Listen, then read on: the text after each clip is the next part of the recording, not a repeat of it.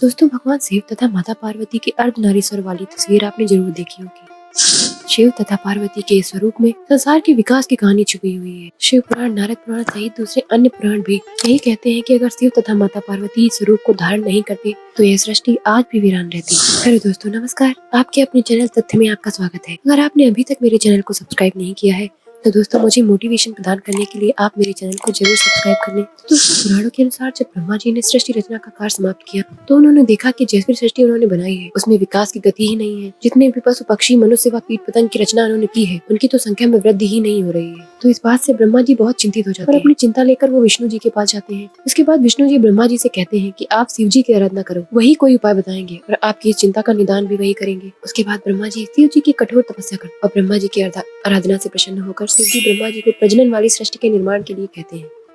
लेकिन ब्रह्मा जी दुविधा में पड़ जाते हैं कि आखिर प्रजनन वाली सृष्टि का निर्माण कैसे करें। तो उसके लिए शिव जी ने ब्रह्मा जी को अर्धनारीश्वर स्वरूप में दर्शन दिया। जब उन्होंने इस स्वरूप में दर्शन दिया तब उनके शरीर के आधे भाग में साक्षात शिव नजर आए और आधे भाग में स्त्री रूपी शिवा यानी शक्ति नजर आती है। तो दोस्तों, अपने इस स्वरूप के द्वारा शिव जी ने ब्रह्मा जी को प्रजननशील प्राणी के सृजन की प्रेरणा दी। उन्होंने ब्रह्मा जी से कहा, मेरे इस अर्धनारीश्वर शरीर के इस आधे भाग में शिव जी हैं वो पुरुष हैं और बाकी आधे हिस्से में जो शक्ति है वो स्त्री है। आपको स्त्री और पुरुष की मैथुनी सृष्टि की रचना करनी है जो प्रजनन के जरिए इस सृष्टि को आगे बढ़ा सके। तो दोस्तों, आइए भगवान शिव द्वारा अर्धनारीश्वर स्वरूप धारण करने के दार्शनिक दृष्टिकोण को भी जान लेते हैं।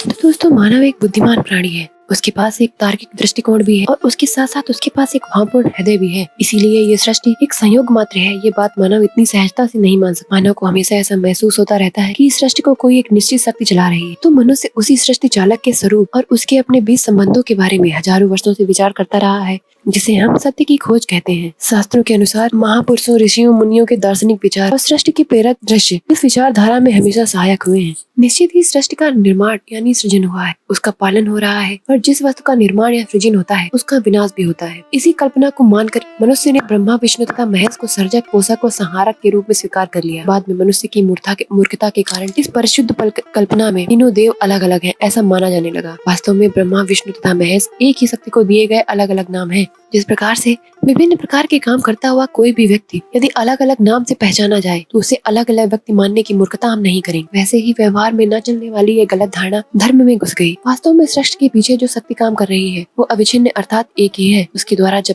अलग अलग काम होते हैं तब उसे शास्त्रों में अलग अलग नाम दे दिया जाता है। एक ही चिरंतन शक्ति को शास्त्रों में दार्शनिक लोगों ने कभी स्त्री तो कभी पुरुष रूप में कल्पना की है, लेकिन वास्तव में वह शक्ति ना तो पुरुष है और ना ही स्त्री। उस शक्ति के पौरुष और कर्तव्य की कल्पना करके हमारे ऋषि मुनियों ने उसे पुरुष ठहराया, तो उसमें बसे प्रेम और करुणा को देखकर शास्त्रकारों ने उसकी स्त्री रूप में कल्पना की है। तो जैसा कि हमारे वेद शास्त्रों में कहा जाता है कि तुमेव माता च पिता तुमेव, यहाँ पर उस परम सत्ता को माता तथा पिता दोनों के रूप में बोला गया है। अर्थात उस परम सत्ता में माता अर्थात स्त्री और पिता अर्थात पुरुष दोनों के गुणों का समावेश होता है। इसीलिए भारतीय दार्शनिकों ने इन्हीं दोनों गुणों अर्थात पुरुष गुण और स्त्री गुण के कारण भगवान शिव को अर्धनारीश्वर का रूप दिया। जब स्त्री के गुण और पुरुष के गुण एक मानव में एकत्रित होते हैं तो वहीं पर मानव ज्ञान का सर्वोच्च स्वरूप होता है। इसीलिए केवल नर या केवल नारी के गुणों से मनुष्य की मुक्ति संभव नहीं है। मुक्ति पाने के लिए नर और नारी के गुण इकट्ठे मनुष्य में होने चाहिए। इसीलिए द्वैत निर्माण होते ही भगवान में नर तथा नारी के गुण एकत्र हुए, क्योंकि शिव तथा पार्वती में पौरुष, ज्ञान, कर्तव्य और विवेक जैसे नर के गुण होते हैं तो उसके साथ साथ उनमें स्नेह, प्रेम, वात्सल्य जैसे नारी के गुण भी हैं। इसीलिए वह पूर्ण है। इसीलिए स्त्री में पुरुष के तथा पुरुष में स्त्री के गुण होने चाहिए। इसीलिए हमें जन्म लेने के लिए माता तथा पिता दोनों की आवश्यकता पड़ती है। इसी प्रकार सनातन संस्कृति में कहा जाता है कि स्त्री तथा पुरुष विवाह करके पूर्ण हो जाते हैं। भगवान केवल कर्तव्यवान ही नहीं है बल्कि वे दयालु और कृपालु भी हैं। उनमें पौरुष, निर्भयता, विवेक भी है। सब मिलकर ही शिव जी बनते हैं, जिसे हम उमापति कहते हैं।